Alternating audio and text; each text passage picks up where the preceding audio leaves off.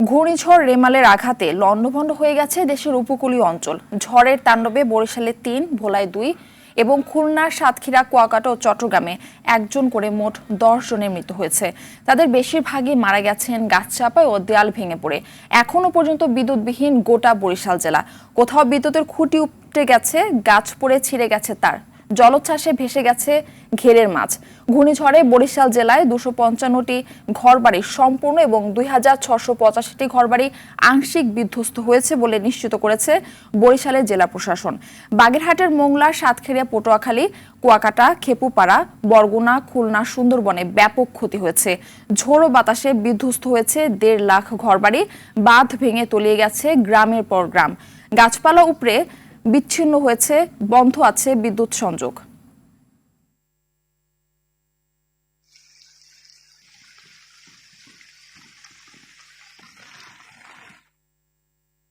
বরিশাল থেকে সরাসরি যোগ দিচ্ছেন সহকর্মী আরিফুল ইসলাম। আরিফ নিশ্চয়ই শুনতে পাচ্ছেন। আরিফ, বরিশালে ঘূর্ণিঝড়ে ক্ষয়ক্ষতি কেমন দেখছেন এবং বিদ্যুৎ পরিস্থিতি স্বাভাবিক রয়েছে কিনা বিস্তারিত জানাবেন। জি মারফি, ধন্যবাদ আপনাকে। আসলে বরিশালে কিন্তু গোটা বরিশালে এখন বিদ্যুৎ নেই। গত ৩৭ থেকে ৩৮ ঘন্টা যাবৎ বরিশাল অন্ধকার। আর তথ্য একটু জানিয়ে রাখি যে গতকাল রাত অবধি পর্যন্ত, গভীর রাত অবধি পর্যন্ত কিন্তু বরিশালে কোনো স্থানই বাকি ছিল না। প্রত্যেকটি জায়গায় প্রায় হাঁটু থেকে কোমর সমান পানি ছিল, নিম্ন এলাকা বাদে। তো এছাড়া যে বরিশাল মূল শহরেও কিন্তু প্রচুর পরিমাণে পানি ছিল। আজকে বেলা বাড়ার সাথে সাথে সেখানে পানি কিছুটা কমেছে, তবে নিম্ন অঞ্চল যেখানে আছে সেখানে কিন্তু এখনো পানি আছে। বিদ্যুৎ বরিশালে একদমই নেই। তার অন্যতম কারণ হচ্ছে যে গাছপালা ভেঙে তার উপরে পড়ে গিয়েছে এবং ম্যাক্সিমাম জায়গায় হচ্ছে যে খুঁটি উপড়ে পড়েছে। এই কারণে কিন্তু বিদ্যুৎগুলো নেই।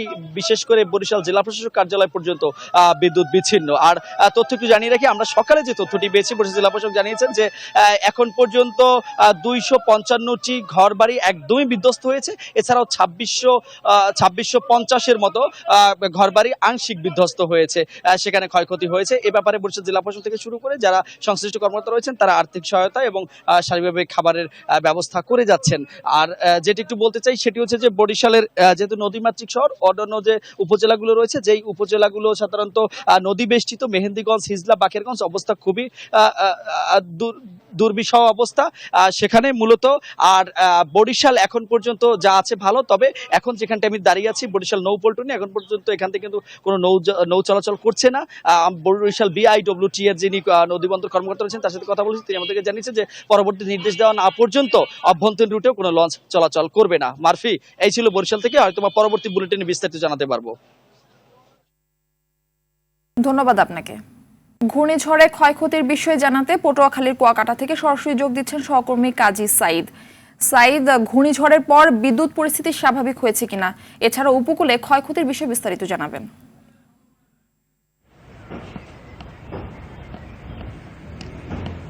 হ্যাঁ মারফি, আপনাকে ধন্যবাদ। আপনি যেমনটা জানতে চেয়েছেন, আসলে ঘূর্ণিঝড় রেমারের কিন্তু প্রভাব কেটে গেছে গতকাল বিকেল ৫টার পর থেকে। তখন থেকে কিন্তু আসলে বৃষ্টি বন্ধ হয়েছে এবং বাতাসের গতি কিছুটা কমেছে। তবে এখনো কিন্তু আসলে দমকা বাতাস রয়েছে, ফাঁকা ফাঁকা কিন্তু দমকা বাতাস রয়েছে। তো এছাড়া হচ্ছে যে প্রভাব কেটে গেল, কিন্তু আজকে সকাল থেকে কিন্তু কোনো রৌদ্র নেই। আর যে বাসাবাড়ির কথা বলছেন, যে আসলে যে বিভিন্ন বাসাবাড়িতে কিন্তু আসলে গাছপালা ভেঙে ধ্বংসস্তূপে পরিণত হয়েছে। কলাপাড়া উপজেলায় প্রায় ৩,০০০-এর মতো পুকুর এবং মাছের ঘের কিন্তু তলিয়ে মাছ ভেসে গেছে। এছাড়া যদি বলেন যে গত ৩-৪ দিন ধরে কিন্তু আসলে বিদ্যুৎ সংযোগ বিচ্ছিন্ন রয়েছে। আপনি দেখতে পাচ্ছেন যে আমার এই পিছনেই কিন্তু এখন অনেকগুলো গাছ পড়ে রয়েছে এবং পাশে এই একটি কারেন্টের খুঁটি কিন্তু এটি তালগাছের সাথে পড়ে আছে। তো বিষয়টি হচ্ছে যে আসলে এই কবে নাগাদ বিদ্যুৎ অফিস বিদ্যুৎ দিতে পারবে তাও কিন্তু এখন নিশ্চিত করে বলতে পারছে না, কারণ এত পরিমাণে ক্ষতি হয়েছে। আমার পাশে বেড়িবাঁধের উপরেও কিন্তু 2টি খুঁটি বিধ্বস্ত অবস্থায় রয়েছে। তো বিদ্যুৎ কবে নাগাদ পাবে তা সেটা বলা যাচ্ছে না। এক কথায় মানুষের একটি ভোগান্তি রয়েছে। আর যে ক্ষয়ক্ষতির যে পরিমাণে আমরা কৃষি অফিসের সাথে কথা বলেছি, তারা আমাকে বলেছেন যে কলাপাড়া উপজেলায় 20,000 হেক্টর ফসলি জমি কিন্তু পানিতে প্লাবিত হয়েছে। আর এছাড়া মানুষের যে বাড়িঘরের যে ক্ষতি হয়েছে, টিনের চালা উড়ে গেছে, তবে ক্ষতি এখনো তারা নিরূপণ করতে পারেনি। উপজেলা প্রশাসনের তরফ থেকে কিন্তু কয়েকটি টিম সরজমিনে নেমে তারা কিন্তু আসলে ক্ষয়ক্ষতি পরিদর্শন করে তারা একটি বিকেল নাগাদ আমাদেরকে জানাতে পারবে বলে আমাদেরকে নিশ্চিত করেছেন। মারফি, এই ছিল কুয়াকাটা থেকে আমার কাছে সর্বশেষ পরিস্থিতি। ধন্যবাদ আপনাকে।